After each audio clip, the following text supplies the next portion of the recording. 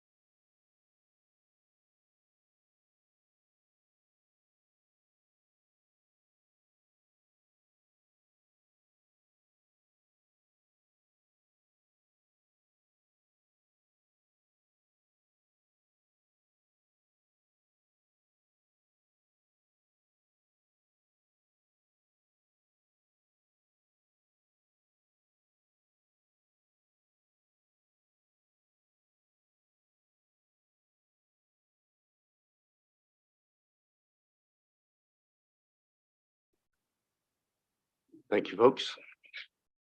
Michelle, would you call the roll, please? Yes, thank you, Your Worship. Mayor Scott, Present. Councillor Gould, Present. Councillor Gilroy, Present. Councillor Hotelling, Councillor Redmond, Present. Councillor McCormick, Present. Deputy Mayor Joseph, Present. Councillor Porter, Present. and Councillor Goodwin. Thank you, Shelley. That brings us down to number 2 on the agenda, administrative and procedural issues. 2.1 approval agenda. So the agenda has been circulated, and the council would have an opportunity to review it. I'd ask for a motion to approve the agenda as presented, please. Moved by Councillor Gilroy, seconded by Councillor Telling. All those in favor say aye. Aye. Contrary-minded, nay. Motion is carried. 2.2 is approval of the minutes. So recommend the motion of the minutes of the March 22nd, 2023 regular committee of the whole meeting be approved as presented. Motion, please. Moved by Deputy Mayor Joseph, second by Councillor Porter. All those in favor say aye. Aye. Contrary-minded, nay. Motion is carried. 2.3 business arising. Mr. Harrod, our CAO, is going to speak to this, please. Mr. Harrod. Thank you, Your Worship. Business arising is at pages 11, 12, and 13 of Council's meeting packet. You can see the vast majority of the items have been completed. My tax youth engagement proposal, Cumberland Senior Safety Society letter, vestiture of some property, participation in the 2003 spring debenture, grant application to the Christie Smith Fund, Amherst Little League grant request, and the Cumberland Acadian Society request have all been completed. And the surplus municipal property policy strategy, it is ongoing. And the Director of Development and Planning, Glenn Boone, who just joined us a month ago, is lucky him off on vacation. And so that is with him, not necessarily on vacation, but with him to complete. Page 13 is just a couple of ongoing items, and one is a marketing levy. And I know that Glenn and Peter Kraken, our deputy, has also been speaking with the town of Amherst in that regard. So that's active. And the Biggs Drive Water Association, we've had an ongoing conversation with them about rates and the amount necessary to cover current costs, and some allowance for some capital work there, and a discussion about prior period deficiencies from a number of years ago. And so all of that will be included in the budget that we'll begin to work on at the council level next week. So all of those things are on the go, Your Worship. I'm happy to answer any questions. Thank you. Any questions for Mr. Harrod regards his report? Seeing none, thank you. That brings us down to 2.4, public hearings and or presentations. We have a presentation today, 2.4.1. Report or presentation of the Cliffs of Fundy Geopark presentation. This Sasha Brake, who's the new director of the Cliffs of Fundy Geopark, is going to present. Sasha, come to the microphone, please. Just while you're, so we usually save about 15 minutes for presentation, and I just asked you to leave some few moments at the end, if you would, for questions from councilors, please. Sounds good. to Thank me. you. Welcome. Great, thank you for having me. Okay, so we can jump right into it. My name is Sasha Brake. I am the new director with the Cliffs of Fundy Geopark. I started 16th of January of this year, so it's been an interesting couple of months for me for sure. But I feel really on track, and I hopefully will be able to answer your questions at the end of this. And I just want to give you a kind of a brief overview of where we are and where we're going, and how we hope the municipality can continue to be involved with that. So Geopark, Cliffs of Fundy Geopark received its official designation from UNESCO in 2020. And just if anybody needs a refresher, we run that 165-kilometer drive from Lower Truro down into Apple River. And our, I guess, the cliff notes of what we really aim to do is to share the story essentially of the geoheritage and the geological significance of this area, because you do find things here that you find nowhere else in the world. Which is pretty amazing for a little corner of Nova Scotia. So I wanted to go into the presentation, what our highlights and priorities are.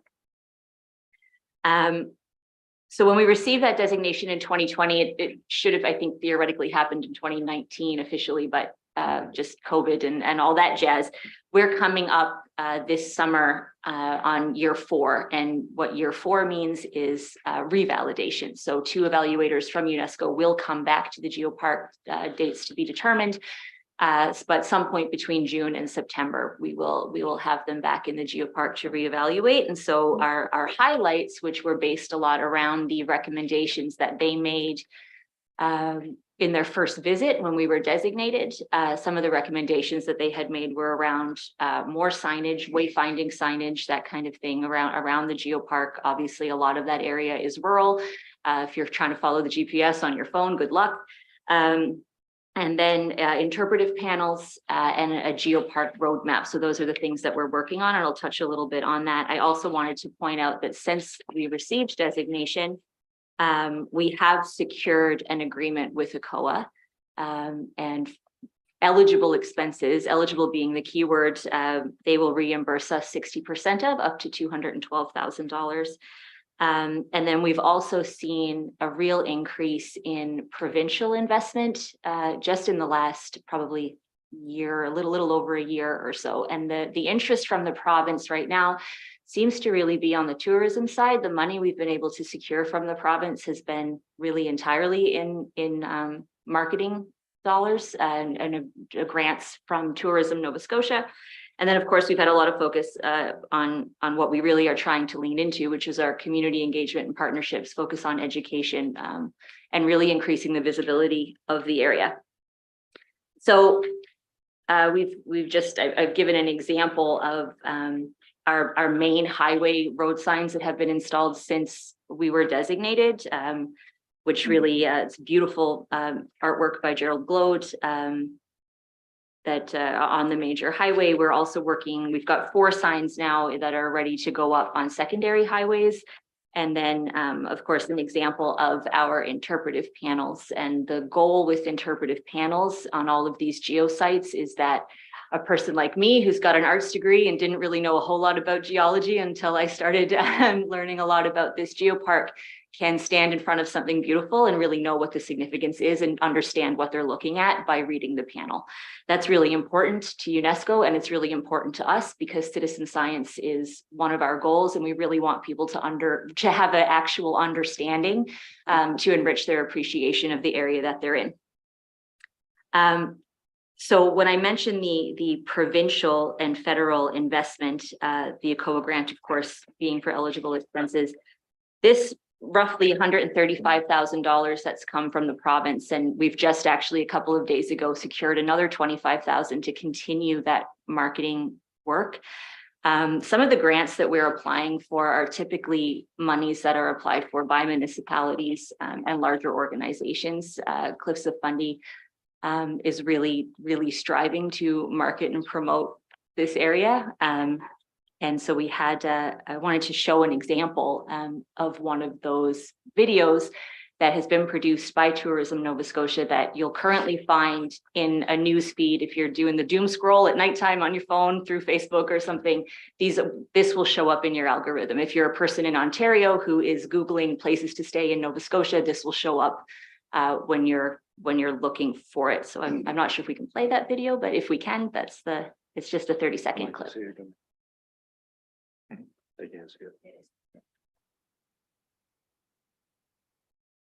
I'll send a link. I'll send a link and you guys can watch it, but it's a really gorgeous video. This one's just a 30-second clip, but it highlights different geosites and got some good upbeat music. It highlights a lot of the geosites in both Cumberland and Colchester. If we look at the next one here, the really important thing about this marketing, because Cliffs of Fundy is not a tourism organization, we are not an accommodation provider, we don't do any of those things. We are really here to just bring visibility to the area. So in the 2023 campaign, the video that we would have seen, but that video has had 400,000 views, and it has had nearly 8 million ad impressions, and that's just since February. So that means that over 400,000 people are seeing these advertisements for this region just since February. In this package as well, we've just sort of highlighted some of the images. Not all of these are new, but these are a lot of the videography and photography work is still in the editing stage, but it's slated to be released basically now, so that folks that are planning their summer can get to have a look at it. But why I highlight these things and why I wanted to highlight that video is because out there on the internet, which is where that's how you're planning a vacation, or if you're trying to figure out whether or not you want to move in this area, whether you want to invest in this area, we look like a world-class international destination because we are. The view that we have of this area from an outside perspective is absolutely incredible. I've used the analogy that my mother never opened the door without her makeup on, and that's exactly what Cliffs of Fundy has. We have our makeup on, and we are two people in a tiny little office in Debert, and we are essentially showing the world what this region of Canada, what this area in Nova Scotia looks like. So in this marketing, one of the things that we've secured some money for is to really look at what our marketing strategy is, because again, we're not a tourism organization, so we don't necessarily have a particular focus really on what it is that we're trying to bring visibility to other than the geopark as a whole. And I had a brief meeting with Rally Marketing, who's the company that's going to help us with this strategy. We were matched with them through the province. And he said to me, Sasha, I need you to think about who your client is. Who are you marketing to? If you're not a business and you're not really selling something, like who are you marketing to? And I had to think about that. And who I'm marketing to, I met them this morning. We went, Caleb Grant and I, who's the geoscientist, the other full-time employee, we spent the morning at the Pugwash District School, and we had folks coming around to our booth. And the theme of this was Cumberland Connector that organized this career fair. The theme of this fair was not to showcase what jobs you were hiring for, but really to talk to kids about what opportunities were available to them in their own province and essentially in their own backyard. And when I look at why I'm here and why I'm doing this job, that's who I'm marketing to. Because we can bring lots of people to Nova Scotia to visit. We know it's beautiful, and we know this area of the province is absolutely stunning. We know that, but when we look at what the goals are for the province, I would imagine for the municipality, when you are looking at how do we retain people, how do we keep people here, how do we get people to invest in this area, it's by letting that 11th grader in Pugwash know that this area is worth investing in. I grew up in rural Newfoundland. My entire goal every time someone came through school for me was getting out of here, right? And I look back on it now as an adult and I see the place I grew up in a Newfoundland tourism commercial and go, holy cow, that was my backyard, right? So that's who I feel like we're marketing to. Tourism promotion is just a piece. When I look at what Cliffs of Fundy is really intended to do, it's the community engagement and partnership piece. We are trying to lean in heavy, and we want to lean in heavy to the educational opportunities, the opportunities that we have to empower local people to look around and say, I live either in or near an internationally designated place, a place that has such geological significance that we can actually accurately and truthfully say that you find things here that you find nowhere else in the world, except maybe Morocco, where we have a sister geopark, which is pretty interesting. So when I think about those things and what it is that we're trying to achieve, and the real reason everybody knows why I'm here, we've had really generous contribution from both municipalities that are involved in this, which obviously Cumberland and Colchester, which is actually a really incredible partnership, as well as a generous contribution to the geopark. But our revalidation is coming up. So all of the things that I have tried to kind of bulldoze through there in the last couple of minutes, none of them matter if I don't maintain this designation. And earlier I had mentioned ACOA and this really great agreement that we have with them. Eligible expenses don't cover revalidation because ACOA won't cover things in our agreement that they consider to be necessary expenses, if that makes sense. I think all of our expenses are necessary expenses, but things that they deem to be operational costs are not reimbursable. So when we have two evaluators come some point, like I said, between June and September, we pay for every cup of coffee that those folks have while they're here. And they'll be here for 5 or 6 days. We'll show them absolutely everything that Cumberland and Colchester has to offer, but we're responsible for that. And so that's a massive increase in terms of my operating costs. So if we look at the operating costs, we currently right now receive $75,000 both from Colchester and from Cumberland. And I'll apologize in advance because I realized when I was coming back from Pugwash that when I sent my presentation, I didn't send my complete budget and I didn't send my official ask letter, but I'll get that in tomorrow when I get back in the office. But what I did break down in this presentation, because what these contributions from the municipality cover are our operating costs, and because we know that is the struggle of all nonprofit, I can be creative about finding money for any type of programming that I want to do, but nobody really wants to pay my salary essentially, or pay to keep the lights on in the office and those sorts of things. And so that's where our struggle comes from, is the operations. So I'm making a really large ask. It's a big ask, and I hope that you'll forgive my audacity in doing so, but it's a necessary ask. And I am asking for an increase one time from each municipality of $50,000, which would be a $100,000 increase across the board. I've broken down just those operating costs. Again, my complete budget will be provided. I promise you'll get that tomorrow. But I broke out the operating costs just because that is really where those municipal dollars are going.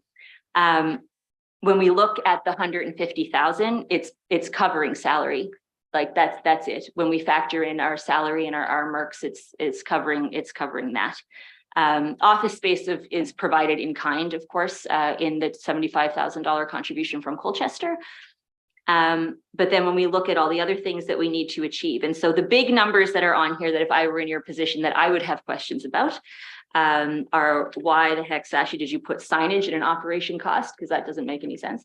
But for me, that's me throwing in to show what some of those extras are. It is really, really necessary for us to get signs in the ground that show people where the geopark is and where they're going once they're in there. ACOA will reimburse us 60% for the design and content creation of those signs. They will not give us any money to put the signs in the ground. And just to give you an example, right before I popped in here today, I received a quote to put 2 of those secondary highway signs in the ground. My quote that's come back, just 2 of those signs, is at $8,000. That's I'm going to try to negotiate that, but that's just an example of where we are, and that's 2 signs. So when it comes to our signage costs, that's a major expense, and it's a big thing that the evaluators are going to be looking for. And also when we have people visiting the area, they need to be able to find their way around. And then we've got networking and conferences. So this is another big one.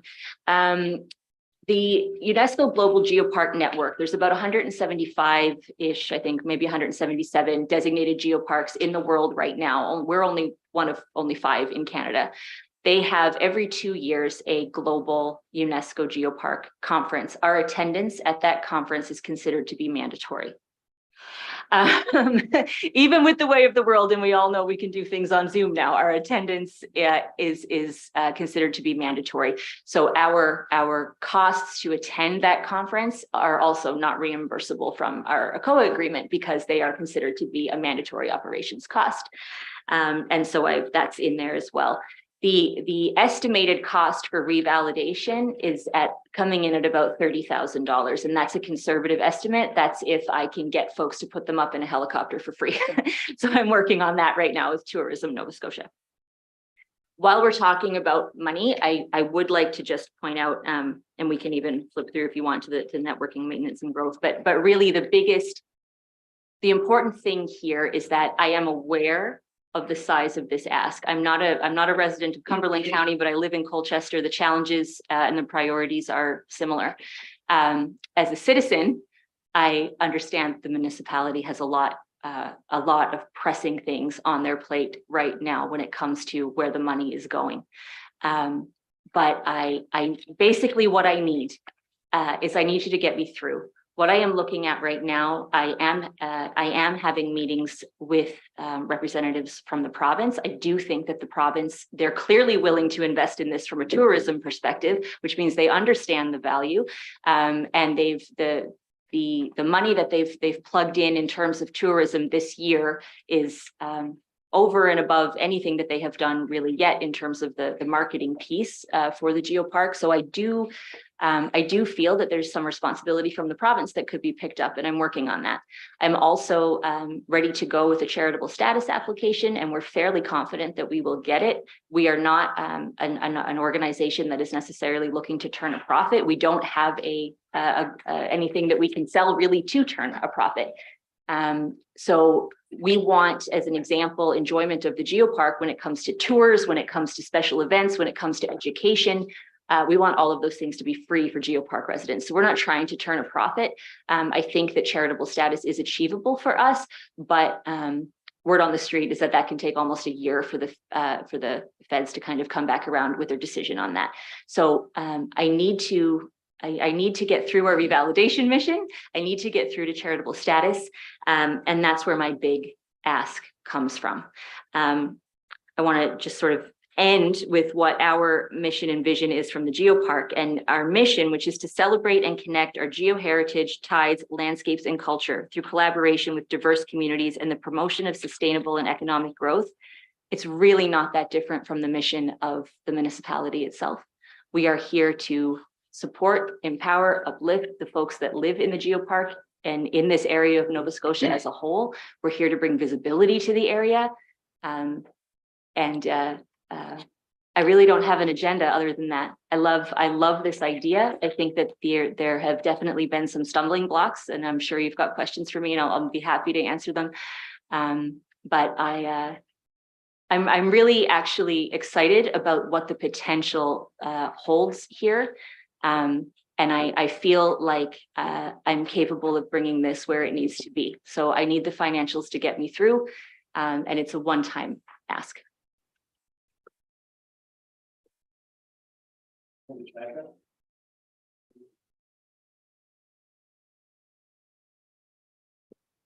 Thank you, Sasha. Thanks.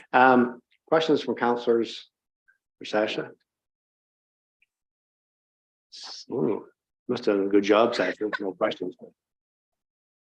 As you know, we're in our budget process now, so Yes. I'm sure your request will be part of that consideration. We'll be through Great. the process. And, So yeah. And like I said, you can, I apologize that the budget wasn't here on the table for this, but I'll send it through in the morning. appreciate it. Okay. Thank you, Sasha. Thanks for being here today. Appreciate your work.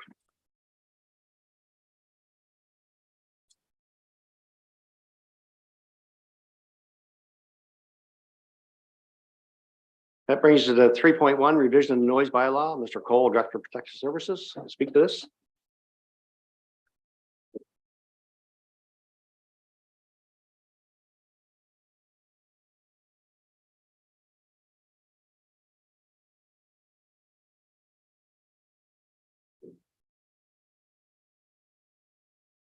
Thank you, Your Worship. This is an application to amend the noise bylaw. By way of background, during the winter, there were complaints received by staff regarding snow removal equipment operating during times that some residents found annoying. The existing bylaw states that in section 6, subsection 3, that noise caused by the municipality, government of Canada, the province of Nova Scotia Power Incorporated, and telecommunication companies and their contractors and employees when acting in the reasonable execution of their duties between 6 a.m. and 11 p.m. in the day. The noise bylaw does not apply to those activities. The complaints received were that snow clearing activities were being conducted prior to 6 a.m. Just as a digression, the noise bylaw is intended to protect residents from unreasonable noise. It's the opinion of staff that clearing snow was not an unreasonable noise, and so we didn't think there was a breach of the bylaw. But to make it easier for residents to read the bylaw and understand the noise restrictions, the suggestion was brought forward that we amend the bylaw as suggested to take out those time limitations. A bit of a survey of other noise bylaws was conducted. I've included 3 examples in the materials at page 15. One from the town of Antigonish, one from Truro, and one from Lunenburg. And Your Worship, you'll note that the language is virtually identical to section 6 of our bylaw, except that after the words acting in the reasonable execution of their duties, there's a period. There's no time limitation afterwards. So the recommendation, the recommended motion by staff is that council directs staff to bring forward a bylaw to amend the noise bylaw to the April 26th regular meeting, council meeting for consideration, and that new bylaw will delete the time frame in section 6, subsection 3 of the noise bylaw. Thank you, sir. So Mr. Cole has read the recommended motion. If someone would like to move that, please. Moved by Councilor McCormick, seconded by Councilor Hotelling. Any questions or comments from Mr. Cole in regards to his recommendation? Seeing none, call the question. All those in favor say aye. Aye. Aren't you minded nay? Motion is carried. Thank you, Al. Thank you, Your Worship. That brings down to 3.2 amendment to the fire department registration policy. Mr. Cole, I believe you're speaking to this as well. Yes, thank you, Your Worship. This is an application to amend the fire department registration policy. The section 294 of the Municipal Government Act provides the framework for registration of fire departments. As set out in the act, There's no discretionary element in the registration of a fire department if it meets the criteria set out in the Act. What we are looking to do, given that there's no discretion to register a fire department, it's the opinion of, or the position of council that the registration should be a decision of the CAO as an administrative matter, not a decision of council. That an appeal of the from the decision of the CAO to council is the proper exercise of council's authority in a matter such as this.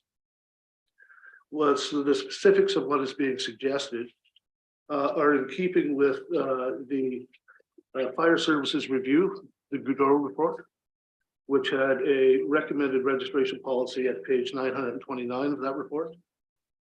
So essentially, what we are seeking is that, and I'm on page 16 of the committee of the whole document at the moment, to substitute the words fire service coordinator with director of protective services. The position of fire services coordinator no longer exists. And the specific wording is on page 17, and you'll see a paragraph 7 of the policy. The only change recommended for paragraph 7 is to change fire services coordinator to director of protective services. In section 8, which is also on page 17, substitute fire services coordinator with director of protective services. Substitute municipal council with CAO and delete the words by motion in that section. The bold face paragraph is the recommended new paragraph, where you'll see those changes incorporated.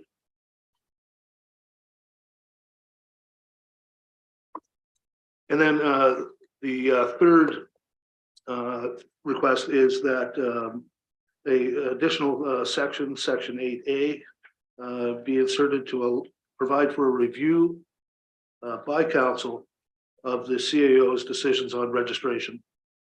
And the wording for that is that in section 8A, in the event a fire department is refused registration, the decision of the CAO shall be reviewable by council upon 14 days notice from the fire department denied registration.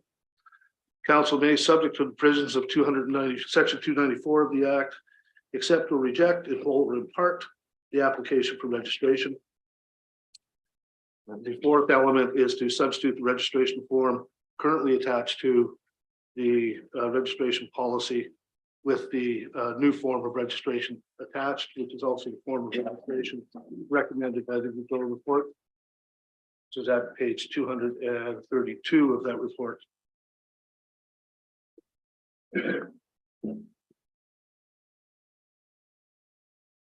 The existing policy is at page 19 of the materials, which has attached to it the current Appendix A registration form, which is at page 21. And by way of a quick comparison, page 29 has the new registration form. You can see, Your Worship, that some of the elements are similar, but the new registration form is quite a bit more detailed. It provides for a list of, well, it provides initially for the type of fire service that the department is able to provide, whether it's structural offensive, structural defensive. It provides for a list of the firefighters that are trained to level 1, a list of the officers in the department that meet minimum officer qualifications, the type of the apparatus that they have, the number of members that have are registered as medical first responders, and the other types of services that could be provided, such as vehicle rescue, water rescue, etc. And then attached to that form is an explanation of what all of the terms in the registration form mean.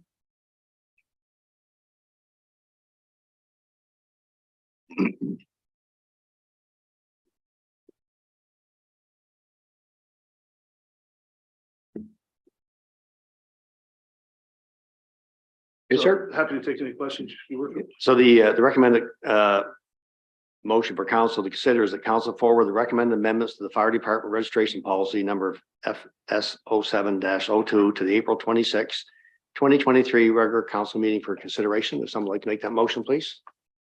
Moved by Deputy Mayor Joseph, seconded by Councillor Gilroy. Any questions or comments for Al? Councillor Redmond, please. They have to register every year, right? Yes. At this point, has every department followed those regulations and registered every year? That's my first question. At the moment, we have a registration application from every fire department, All 16, okay, all good. 16. And the reasoning behind taking the municipal council out and putting CAO in, is that not putting more on his plate? It is.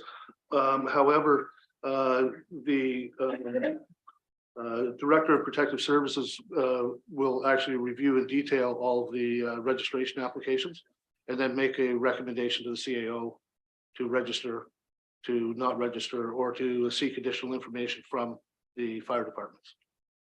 And then in the event of refusal to register, there's an appeal process to council.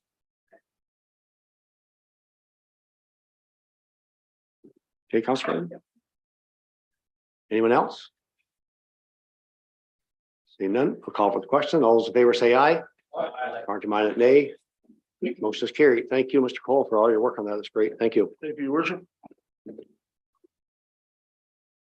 On the agenda, 3.3 advertising and promotions policy, Mr. McCracken, Deputy CAO, I believe is going to speak to this.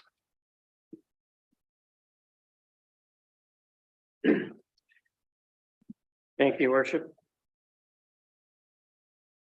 So throughout the year, the municipality receives requests from community organizations and businesses to advertise and promote the municipality in various ways.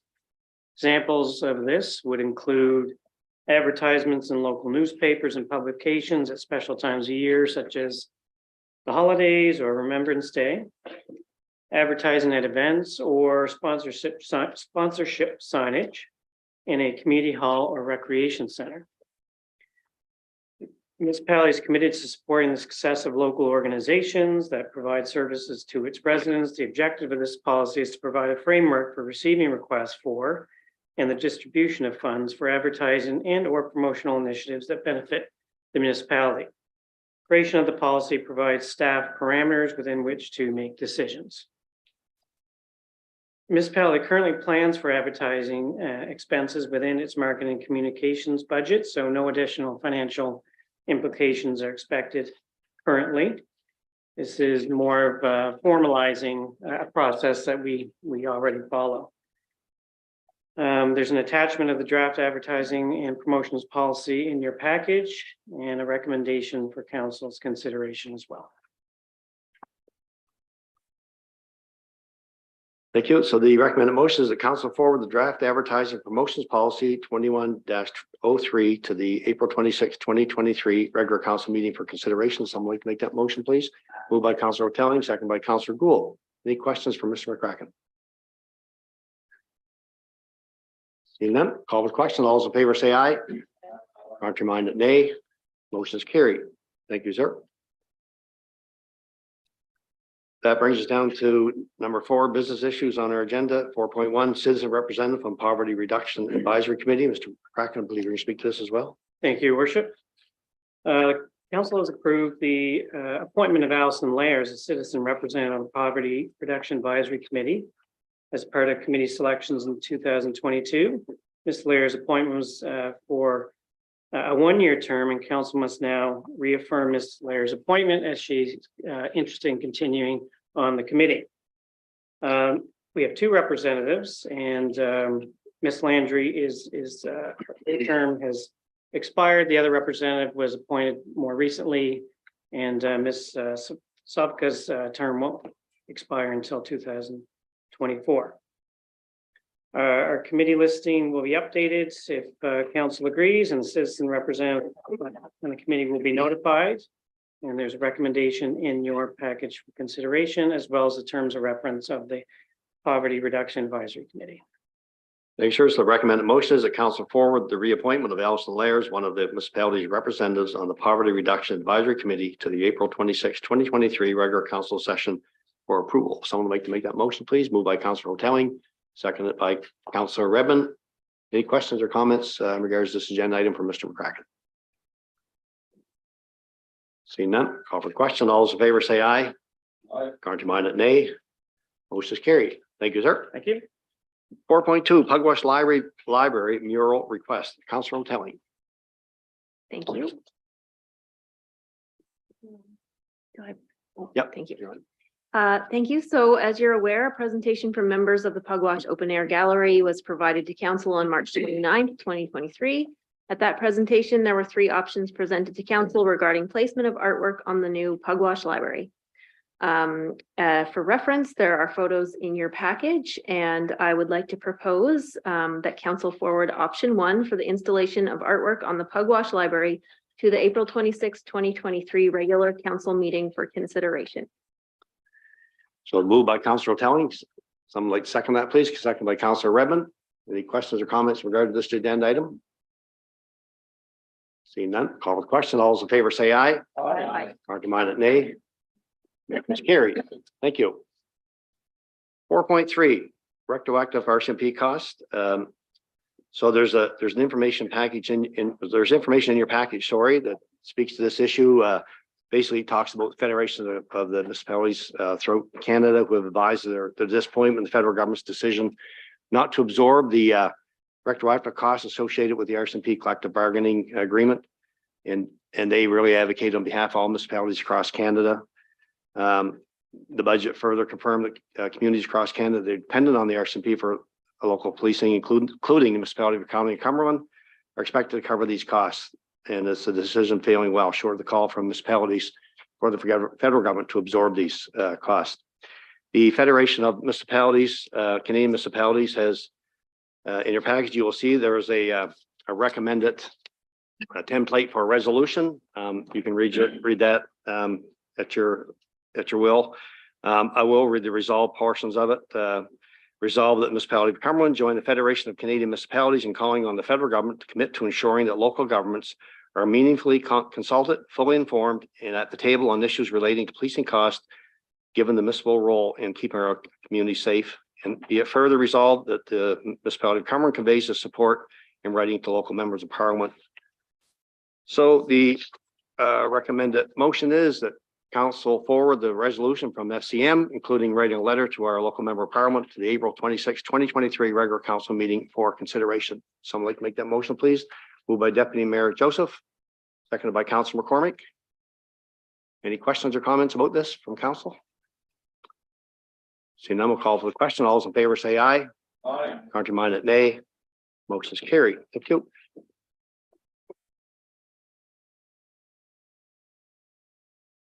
That brings us to 4.4, aerial spraying of glyphosate in Cumberland. Councilor Hotelling.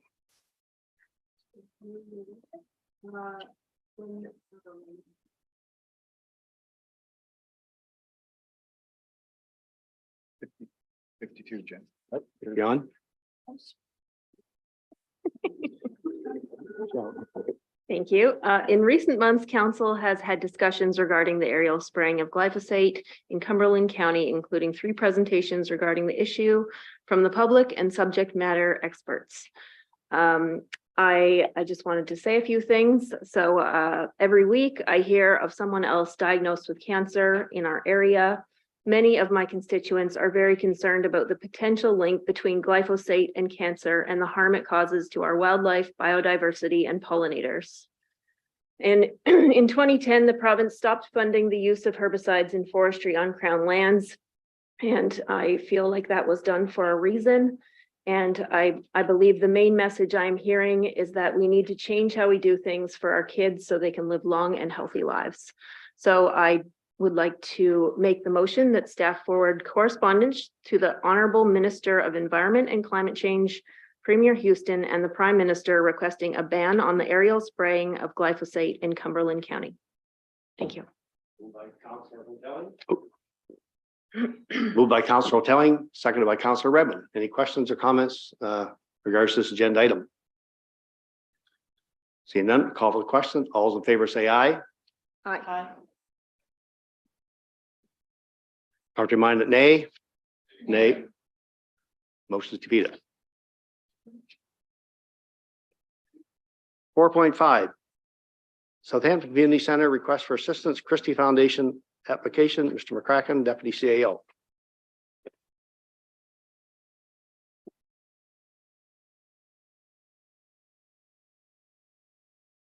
Thank you, Your Worship. So the municipality received correspondence from the Southampton Community Center, including correspondence from the Christie Community Foundation requesting the municipality be the intermediary for a donation of up to $20,000 to the community center from the foundation. As you know, because the foundation cannot donate and receive a charitable donation receipt from the community center, they ask that the municipality essentially, because we have charitable status, receive the money and then provide the money to the community center. The project being funded is the development of a playground with accessible features at Southampton Community Center. Total budget of $125,000 plus. There is an application package to the foundation from the community center in your package, as well as an email from the Christie Community Foundation, and a recommended motion to to send this to council meeting on April 26th for consideration. Thank you. So the recommended motion is that the request by Southampton Community Center to receive up to $20,000 from the Christie Community Foundation and disperse the funds to the community center to assist with the cost of developing a playground be forwarded to the April 26, 2023 regular council meeting for consideration. I'd like to make that motion, please. Moved by Councilor Porter, second by Councilor Goodwin. Any questions or comments in regards to this agenda item? Seeing none, call the question. All those in favor say aye. Aye. Contrary-minded, nay. Motion is carried. 4.6, funding wins application to the Christie Foundation. Mr. McCracken. So similarly, the municipality received correspondence from the Fundy Winds Marsh Society and the Christie Community Foundation requesting the municipality to be the intermediary for a donation up to $400 to the society from the foundation for the same reasons as the previous application. We're a charitable organization. We can receive the funding and disperse it and provide a charitable tax receipt to the foundation. There is a application information on this project as well in your package, as well as a letter to our Director of Finance, Amy Hurdle from the Fundy Winds Marsh Society, and a recommended motion as well. Thank you, sir. The recommended motion is that the request by the Fundy Winds Marsh Society to receive up to $7,400 from the Christie Community Foundation and disperse the funds to the society to assist with the cost of site improvements be forwarded to the April 26, 2023 regular council meeting for consideration. So make that motion, please. Moved by Councilor Gould, second by Councilor Gilroy. Any questions or comments in regard to this agenda item? Seeing none, call the question. All those in favor say aye. Aye. Contrary-minded, nay. Motion is carried. Thank you, sir. That brings us down to number 5, external reports, committee minutes and proclamations. So 5.1, volunteer week proclamation. So on behalf of council, we proclaimed April 16th to 22nd, 2023 National Volunteer Week. Proclamation was signed by myself on your behalf.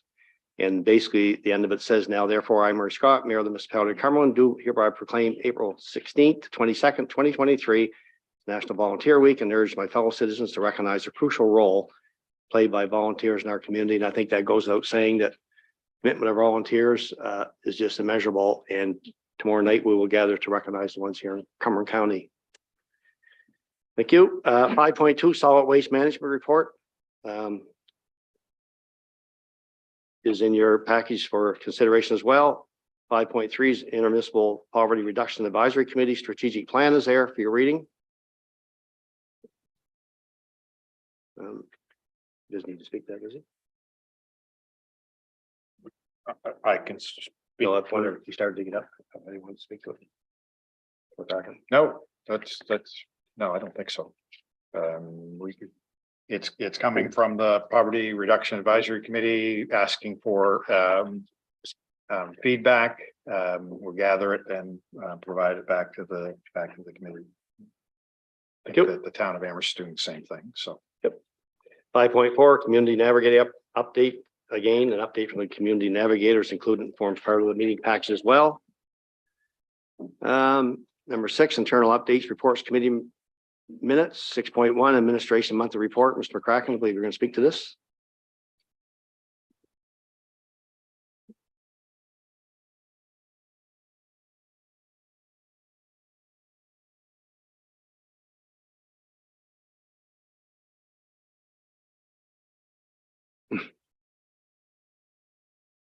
Screening. Screening. So thank you, Worship. In terms of organizational developments, we continue with our asset management planning, with the AIM network. And they held an asset management policy workshop in March, which assisted us in creating a draft policy in terms of reference. They have done a bulk of the data collection so far, including site visits and fleet inspections, and are analyzing it to create a preliminary report, hopefully for sometime in May. And we have a number of other workshops coming up with staff in the future. We also recently retained Stantec as a consulting firm to lead the review and gap analysis of our bylaws and policies. We had sort of an introductory meeting with Stantec and our management team today. In terms of human resources, things continue to be busy. We've made a number of excellent new hires and have a few key postings, but have had some interest in terms of applications for those postings as well. Customer service, tickets logged are up a little bit this month or last month. Most of these tickets were related to building development, but of course it's grant season, so we see quite a spike in requests for grants at this time of year. In terms of grants, we received 84 applications so far in county general grants, which were the form of regional grant, totaling over $800,000. This excludes the annual grants and the scholarship that we provide as well. So this is up a fair amount from last year, and we're busy putting the binders together, reviewing the applications for information and that sort of thing. In terms of communication, website, we're making some nice progress on the websites and anticipated soft launch sometime in May. Continue to work on newsletter and anticipate a launch of that in June. And we've ordered some swag, so there's some pins and tubes and stuff around. So any counselors or your worship are going to an event and looking for some things to take along with the municipality's logo on it, get a hold of Daryl Cole, our communications coordinate officer. And also IT continues to be busy with lots of work in terms of desktop help, and we're exploring rolling out some new software that looks at clamping down on phishing expeditions, so to speak, the phishing emails that you get. And I know even the counselors are getting some of those. So look for that in the near future as well. Happy to take any questions. Thank you, sir. Any questions for Mr. McCracken in regards to his report? Great. Thank you very much. Yep. 6.2, development and planning monthly report. Mr. Boone is on vacation.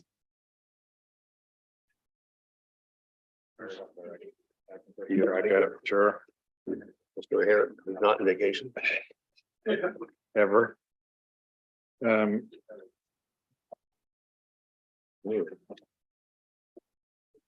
Okay, your worship, thank you very much. Pinch hitting for Glenn Boone, who somehow in the first month and a half of his career is on vacation. Lucky guy. Some details with regard to some of our planning and permitting activities, and the fact that we do have some consultants now taking up the slack in terms of some of our planning projects. As you all know, our current senior planner is on a reduced work week, and this is soaking up that the rest of that time and perhaps a little bit more. We have a couple of new employees to training in permit and inspection officers, and that's going well. And we think it's an innovative approach to solving some of the HR issues we have. Going well. Both employees seem to be enjoying it, and I think that it's working out so far. So, knock wood, we think it's good solution. Some stats there that I won't speak to the details of regarding applications received for rezoning, heritage application, subdivision, and what have you, as well as some information there on page 105 regarding monthly permit count. And you can see that you might expect that the trend would be down, but really current trend is kind of holding, at least into March, which is surprising in a good way. Also some information there with respect to building permits issued, and look, we can look at and see the same thing. The trend doesn't seem to be, the curve is not turning downward in a significant way, so that's great. And in climate change and special projects, Steve Ferguson has a report there at page 106 about the public open house in Parsbro with regard to the Parsbro Park, and a note that we've hired a geothermal research coordinator, and that's part of that $80,000 project that we partnership that we have with the Department of Natural Resources and Renewables and Department of Mines and Energy, if we can call it that, working on deep well geothermal data. That's my brief synopsis of Glenn's report, Your Worship. Happy to hopefully not answer any questions. Thank you. Any questions for Mr. Garrett? Seeing none. Thank you for that. 6.3 Finance Department monthly report. Ms. Hurdle, our director, please.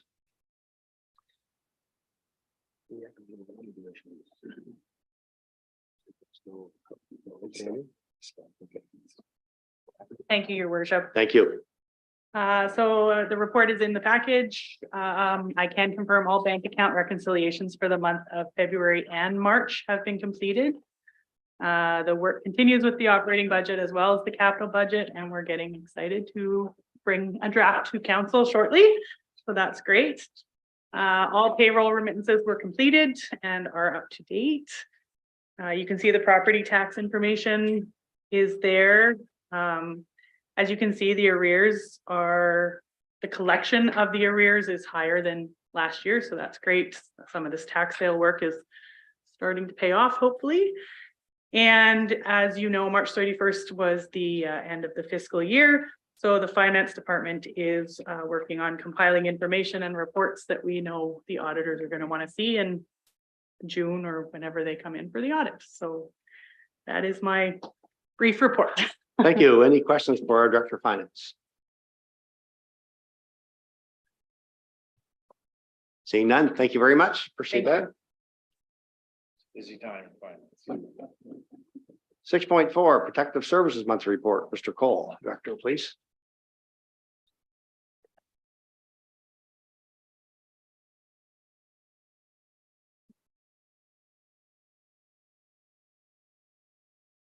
Thank you, Your Worship.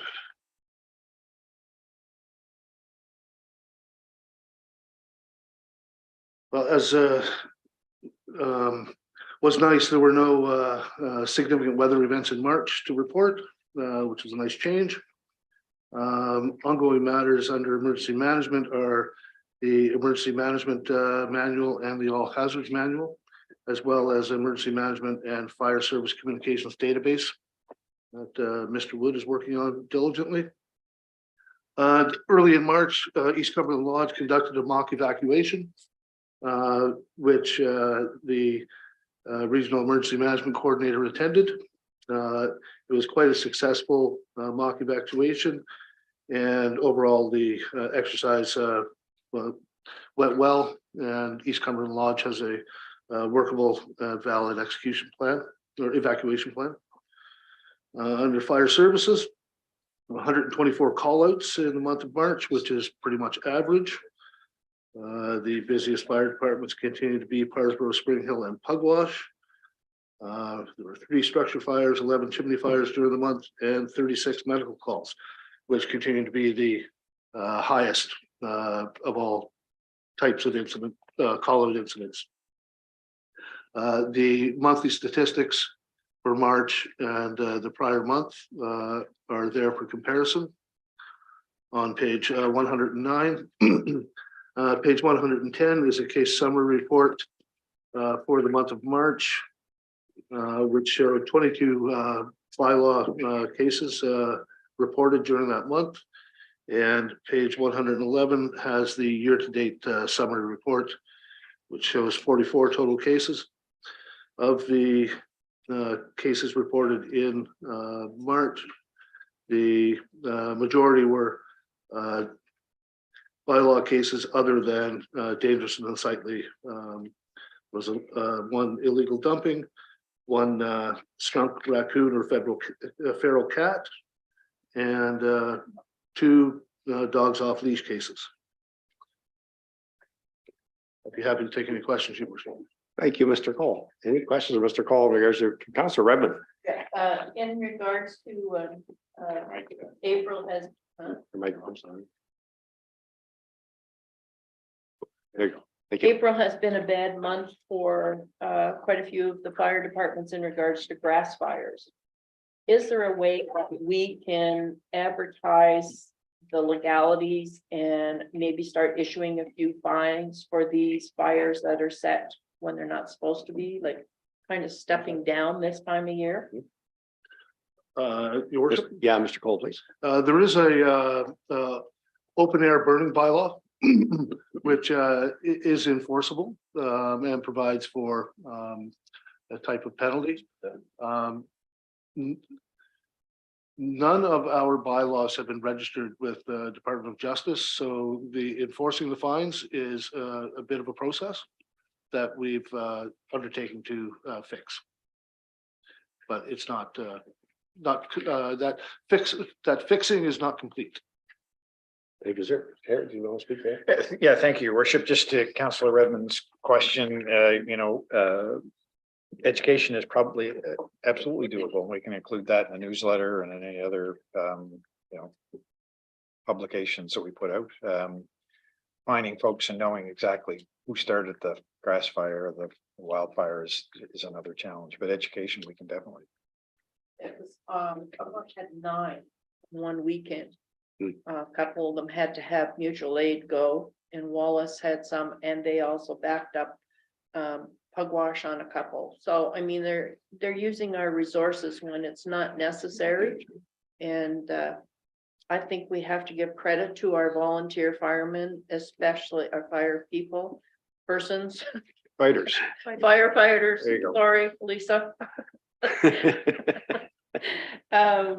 And because they go above and beyond, and this is volunteer week, and I don't think we show them enough appreciation for the work that they do to keep us safe in the county. And just a hats off, and I think any help that we can give them in regards to making grass fires, the legalities behind a grass fire to people, is very important at this time of year. Thank you. Thank you. Thank you. Any other questions for Mr. Cole? Councilor Gilroy, please. One quick one, could you enlighten me on property standards violations as opposed to dangerous or unsightly?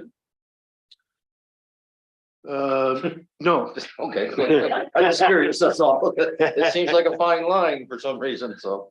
Yes, I can provide your worship a written summary in the next few days. Great. Thank you. But I'd rather. Okay, Councilor Just just for knowledge, really. Absolutely. That's great.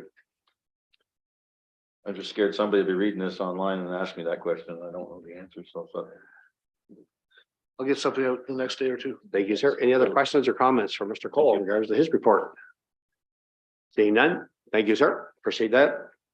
6.55 Public Works Monthly Report, Mr. Walker, Press Director.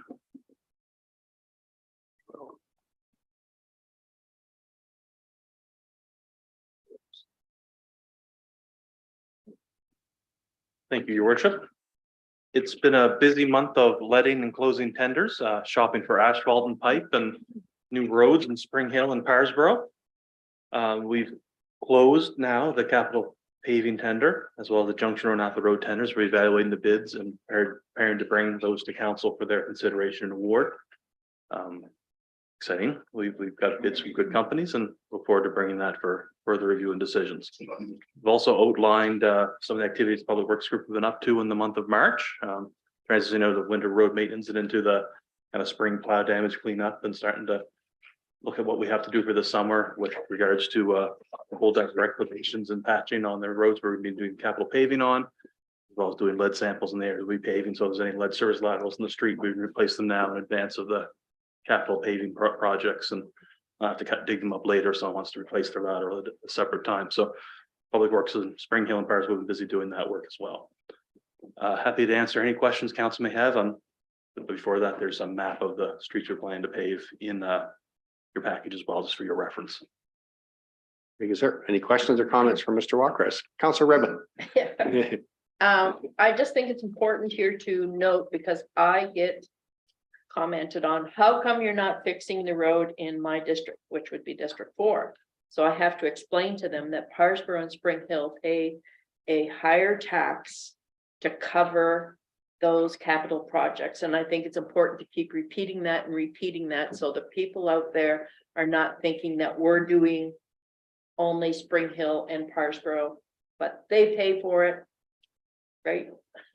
It just gets bothersome when somebody comes to me and says, well, how come you're not paving the 304 or the 366, and we don't have anything to do with those roads? Understand? Yep. Okay, thank you. Thank you. Yeah, thank you, Your Worship. I just take the opportunity to comment a little bit further, and Councillor Redmond's point is well taken. And the reason, it's not just that there's an area rate and that Spring Hill residents and Parsboro residents pay more because they've chosen to. Those responsibilities came with the dissolution of Spring Hill and Parsboro. And so in Nova Scotia towns, both current and former, have the responsibility for road maintenance, whether that's capital and sidewalk maintenance, and storm drain maintenance, whether that's capital or it's operating and repair. And so that's built into the existing area rates that Spring Hill and Parsboro property owners pay. So it's not even so much a choice issue as it is the way the cost structure in Nova Scotia is dictated by the provincial government. And so those roads outside of those communities are provincial responsibility. Thank you. Yep. Thank you. Any other questions or comments from Mr. Walker? None. Thank you, sir. Appreciate that. Welcome, Your Worship. Thank Thank you you. to your staff. 6.6 Recreation and Community Services Monthly Report. Ali McCormick, Director. Please, Ali. Your Worship, I'm just trying to decide. I think that's Ali's picture there in the best job. That you, Ali? Is that Ali? It Yeah. is Ali. It is, yeah, it's me. I put that in there myself. Thank you, Your Worship. Including your package, you'll find the monthly report for the Recreation and Community Services Department, and I'll just highlight a couple items for you today. We are still looking to recruit for some of our summer programming positions, particularly those positions in the Pugwash and surrounding area. I know it's in the council package and we do have it on our website as well, but we're looking to recruit for recreation supervisors in Parsboro, Pugwash, and Spring Hill, recreation leaders in Parsboro, Pugwash, and Spring Hill, countywide recreation facilitators, Goose Cap campground attendants, and Parsboro park maintenance. So I would encourage anyone that is looking to, I know this is being streamed online, so anybody that is looking for a great summer job, we'd encourage them to check out our website, check out our Facebook page. There's information on there about the positions and how to apply. And we are going through the interview process with a number of applicants that have applied, but there are positions that are still open. So again, I would encourage council as well to share that information, and anybody that's watching our council meetings just to check out our website. We're also holding our annual volunteer recognition event tomorrow evening, as was previously mentioned. So that's going to be at the Dr. Carson Mary Community Center. And I'm really looking forward to seeing our elected officials there to celebrate the hard work that our volunteers do in our communities. And so, yeah, we're looking forward to being able to have a nice evening tomorrow and celebrating those individuals. And I'm happy to answer any questions of council. Thank you. Any questions for our director? Just one, Ellie. So this year compared to last year, as far as response to the advertisements for positions, How do we compare to last year? Last year, it's fairly comparable. Last year, we weren't actually able to offer that programming that we had planned in Pugwash. Unfortunately, we weren't able to do that because of staffing issues. This year, we're really trying to get it out there in every way we possibly can. I was at the career fair actually today in Pugwash, trying to speak directly to the students in there and entice them to take this great opportunity. But yeah, it's fairly comparable to last year. But I will say our staff have put a lot of effort into promoting it and advertising our employment opportunities. Great, thank you. Any further questions for Ellie? Seeing none, thank you very much to you and your staff, Ellie, as well, to all directors and their staff. Thank you for all your great work. Brings us down to number 7, information items. So 7.1, CN right-of-way vegetation control. There's a correspondence from CN regarding their vegetation control efforts, and it's included as information in your package. Motion to adjourn, please. Moved by Councillor Gilroy. We are adjourned. He